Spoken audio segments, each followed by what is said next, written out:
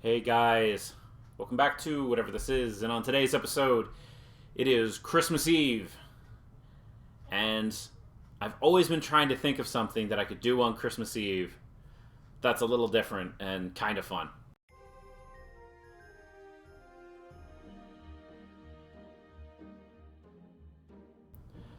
And I came to the conclusion, for me,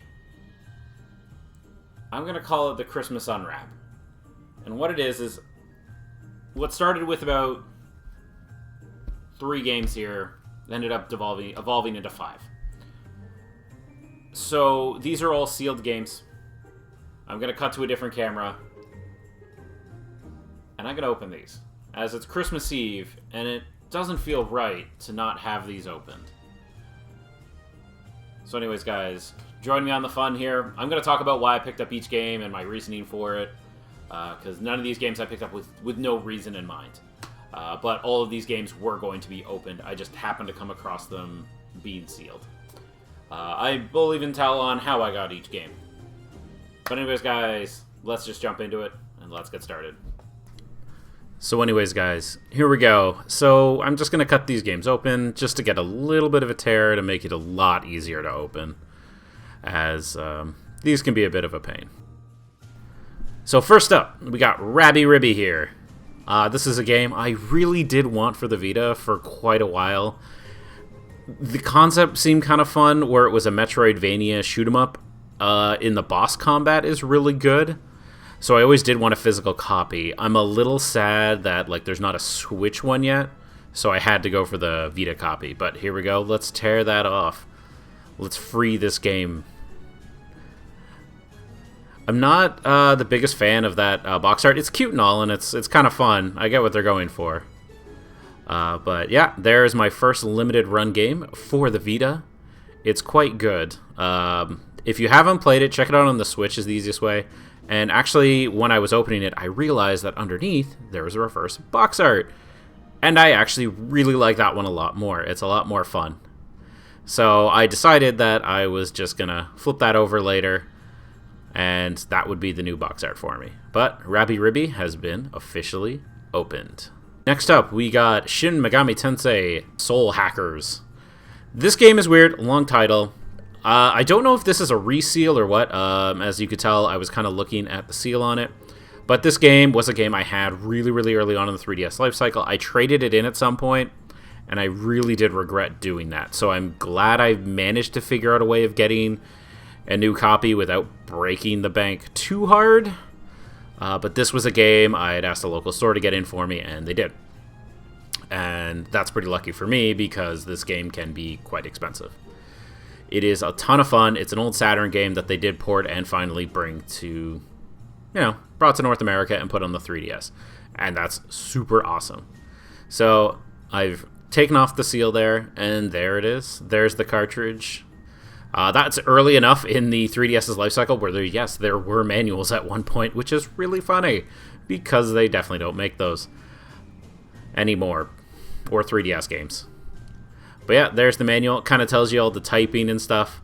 I love how goofy this game is because a lot of the stuff in the game is based off the view of technology from 95, 96. So they're like, oh my god, it's a gun computer. It's so small and compact. I'm like, yeah, small and compact. And next we got up Paper Mario Color Splash. This is a game I remember picking up but didn't actually play when it first came out. So I was looking for copies everywhere, and everywhere that I looked didn't have it. The only place I found that had it had a sealed one, and at that point I told him I was just going to buy it online because I kept seeing it for that value of the new price point. He looked it up himself and luckily, was willing to make a deal with me and just went, I'll sell it to you for that price just to get it out, because Wii U market apparently has crashed a little bit, I guess, because everything keeps getting ported. But I don't know if this one's going to. It is really neat. I'm still kind of a fan of the Paper Mario games. I just kind of pick and choose. But this one does look like a ton of fun, and I know the writing in this game is some of the best. So let's just dive into this one, and we are just going to start shredding this game up. But yeah, if you guys haven't tried out Paper Mario Color Splash, I would strongly recommend it, as it is a fun interesting game that I now have had some time to play with now that I've opened it. And it's pretty neat. I'm hoping it does, because I think more people need to play this one, because I think it's one of the more accessible ones. But this game was not the game people wanted at the time. And as usual with Wii U games, they don't actually have a manual. They just said, you can download it. This one was a unique find. I got really, really lucky. I was visiting a friend a couple hours away, and I looked on the Facebook Marketplace, and I just saw this game for a steal of a price. I had recently picked up a copy somewhere else, and it didn't work. Like, no matter what we did, couldn't get the disc to work, couldn't find a problem with it. I'm pretty sure it had a pinhole. The guy who ran the store didn't believe me, but luckily I found this. And it is a really, really nice port of Deus Ex. The port was really well handled. It actually plays really nicely. And this one was kind of fun because I think the person clearly bought it from like Amazon or something, from like a third-party seller. But yeah, let's crack this bad boy open. This one was really good. And Deus Ex Human Revolution is quite a good game. It was supposed to be a Wii U exclusive. Was supposed to be. But it was just such a fun game, and I'm glad I managed to find it. Because Wii U games, luckily, aren't too bad right now, but I think it's going to be an interesting tale a few years from now on what happens with the Wii U in the collecting market. But I'm glad to have this one. And finally, this is the game I was always looking for, happened to find it, agreed with the price. And this was Tokyo Mirage Sessions Sharp FE. This game was a ton of fun. If you haven't played it, I like to refer to it as Stupid Persona. I will do a full video, I think, on this series. By series, I mean one game, as no one really talks about it. It's a lot of fun. It's really dumb. I'm kind of glad I'm really glad, actually, it came to the Switch, just to give it, like, another bit of a push. I know more people played it.